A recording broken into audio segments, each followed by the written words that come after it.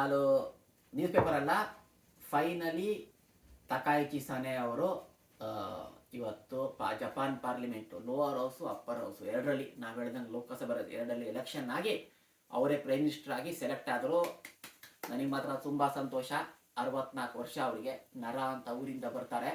So ನರದಲ್ಲಿ ಏನಪ್ಪ important ಹೇಳಿದ್ರೆ, first recorded Indian ಹಿಸ್ಟ್ರಿಯಲ್ಲಿ ಜಪಾನ್ನಲ್ಲಿ ನರದಲ್ಲೇ ಇದ್ದರು.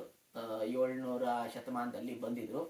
ಅದೆಲ್ಲ ನೋಡಿದ್ರೆ ನಮಗೂ ಭಾರತದ್ದು ಮತ್ತು ಇವು ತಕಾಯಿಚಿ ಅವರ ಸಂಬಂಧ ಒಳ್ಳೇದು ಚೆನ್ನಾಗಾಗತ್ತೆ ಅನ್ಸತ್ತೆ. ಇವತ್ತು ಬೆಳಗ್ಗೆ ಫಸ್ಟ್ ಲೋವರ್ ಹೌಸಲ್ಲಿ ಆಯಿತು, ಆಮೇಲೆ ಅಪ್ಪರ್ ಹೌಸಲ್ಲಿ ಆಯಿತು. ಲೋವರ್ ಹೌಸಲ್ಲಿ ಅವ್ರಿಗೆ 233 ಬೇಕಿತ್ತು, 237 ಬಂದಿದೆ. ಅಂದರೆ ಬೇರೆ ಯಾರು ವೋಟ್ ಹಾಕಿದ್ದಾರೆ.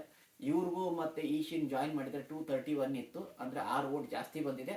ಅದೊಂದೇ ಅಲ್ಲ, ಅಪ್ಪರ್ ಹೌಸಲ್ಲಿ 125 ಸೀಟ್ ಬಂದು 2 ಹೌಸಲ್ಲೂ ಇವ್ರನ್ನ ಸೆಲೆಕ್ಟ್ ಆಗಿದೆ. ತುಂಬ ಒಳ್ಳೆ ಸುದ್ದಿ.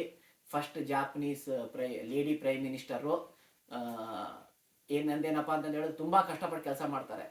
ಇವ್ರ ಇನ್ಸ್ಪಿರೇಷನ್ ಮಾರ್ಗರೆಟ್ ಥ್ಯಾಚರ್ ಅಂತ ಅಂದ್ಕೊಂಡಿದ್ರಂತೆ, ಬಟ್ ನಾನು ಇವ್ರನ್ನ ಲೇಡಿ ಮೋದಿ ಅಂತಲೇ ಕರಿತೀನಿ. ಯಾಕಪ್ಪ ಅಂದರೆ ತುಂಬ ಕಷ್ಟಪಟ್ಟು ಕೆಲಸ ಮಾಡ್ತಾರೆ. ಜಪಾನಿಗೆ ಲೇಡಿ ಮೋದಿ ಅವರು ಬಂದಿದ್ದಾರೆ. ಹನ್ಶಿನ್ ಫ್ಯಾನು. ಇದೆಲ್ಲ ನನಗೆ ಮಾತ್ರ ತುಂಬ ಸಂತೋಷ ಸುದ್ದಿ. ನಾಳೆ ಮತ್ತೆ ಇನ್ನೊಂದ್ಸಲ ಡೀಟೇಲ್ಸ್ ಹೇಳ್ತೀನಿ. ಫಸ್ಟ್ ಇವತ್ತು ಜಪಾನ್ನಲ್ಲಿ ಹಿಸ್ಟ್ರಿ ಆಯಿತು. ಸೊ ದೀಪಾವಳಿ, ಇಂಡಿಯಾದಲ್ಲಿ ದೀಪಾವಳಿ, ಜಪಾನ್ನಲ್ಲೂ ಒಳ್ಳೆ ಸುದ್ದಿ ಬಂದಿದೆ. ಥ್ಯಾಂಕ್ ಯು ನಿಮಗೆಲ್ಲರಿಗೂ ಮತ್ತೆ ದೀಪಾವಳಿಯ ಶುಭಾಶಯಗಳು.